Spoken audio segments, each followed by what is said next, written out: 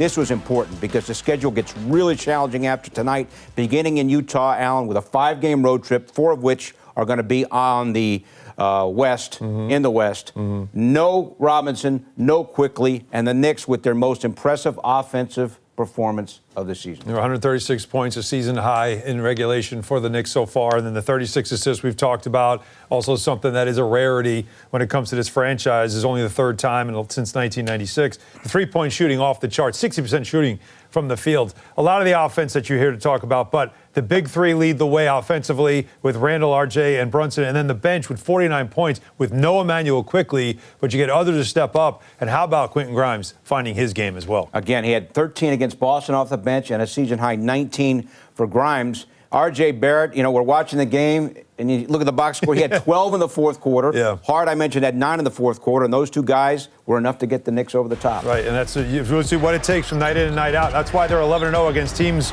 under 500, because of these kinds of efforts and what they can do and the versatility. And this guy, too, the energy, the motor that he brings to the game in Josh Hart. Jalen Brunson got some scoring, but he also got 9 assists in this game, and that was a beautiful pass. Isaiah Hartenstein now has to fill the shoes of Mitchell Robinson. We talked about Quentin Grimes, how he has found his game again coming off the bench. Yet another 3 for him. He hit 5 of 7 from downtown. And Josh Hart, also off the bench, hit 3 of 3, did a little bit of everything, including, of course, what we love to see out of him, which is him hustle up the floor and a big finish. And then there's, of course, Julius Randle. That was a big bucket at that time because the Raptors wouldn't go away. Randle makes that shot to ice the game. And for Julius Randle, a big 34-point performance. The Knicks, Allen, in the fourth quarter with 38 points. And again, that assist total, 36 assists. The Knicks with at least 36 assists in a game for only the 3rd time since 1996. We're now joined by Josh Hart. He joins us across the street. Hey, Josh, thank you so much for joining us. Congrats on a great win. Tell us about the challenges of no Mitchell Robinson, no Emmanuel Quickly, and still you guys were able to come away with a much-needed win.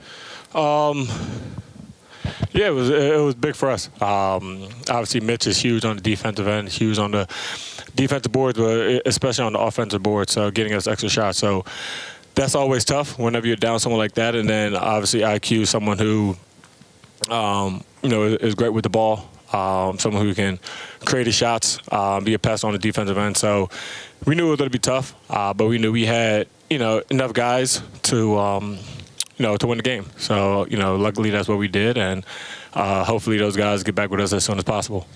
Hey, Josh, in this game, especially that first half, the Raptors did a great job on the boards, was beating you guys on the boards and getting a lot of second chances, a lot of offensive rebounding.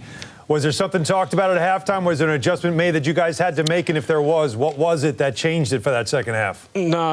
It wasn't really much of an adjustment. It was just locking into personnel, locking in on the defensive end. There was a lot of times where we didn't get back, and then we ended up cross-match, and we were running in. I think that shot like 22 threes. I think they were like, made a handful of them. So, we were running in, the ball was going over our heads. So we just made sure we didn't get cross-matched as much. We got back, got our defense set, and then we focused on just, boxing out and going to get the ball.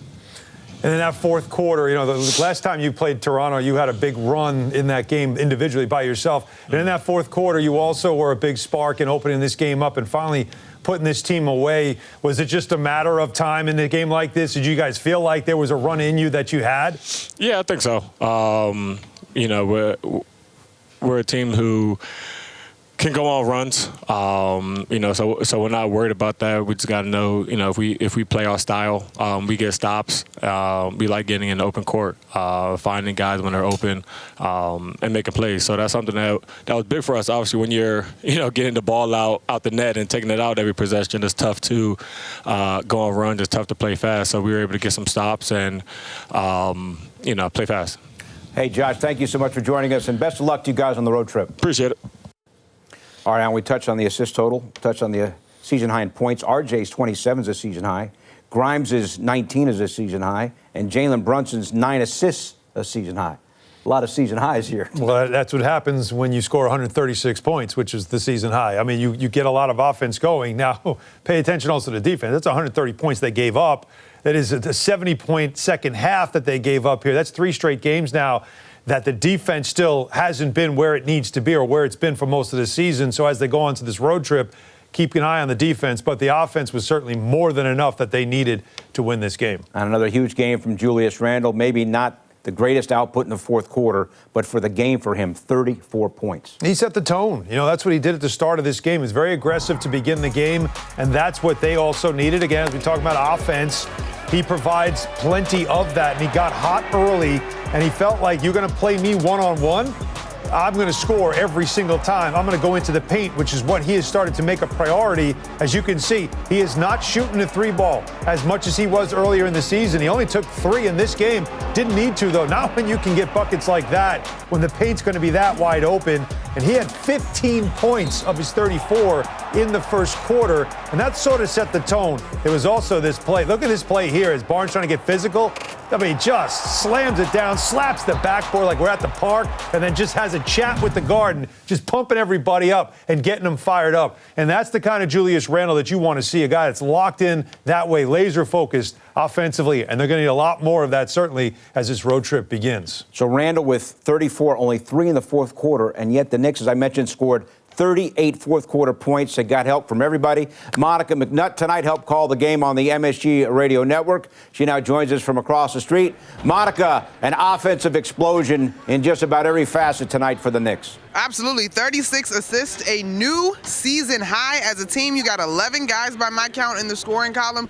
As frustrated as I was at points with the Knicks' inability to get back, I do love in the half court the way that they were moving without the basketball, cutting and creating lanes off of each other to get high percentage opportunities in the paint. So this, to me, is a good reset game. You get the taste of the last 2 losses out of your mouth. They're able to shoot the ball with confidence. What was it? Shooting percentage from 3, y'all? It was 58% 58. from 3. Outstanding.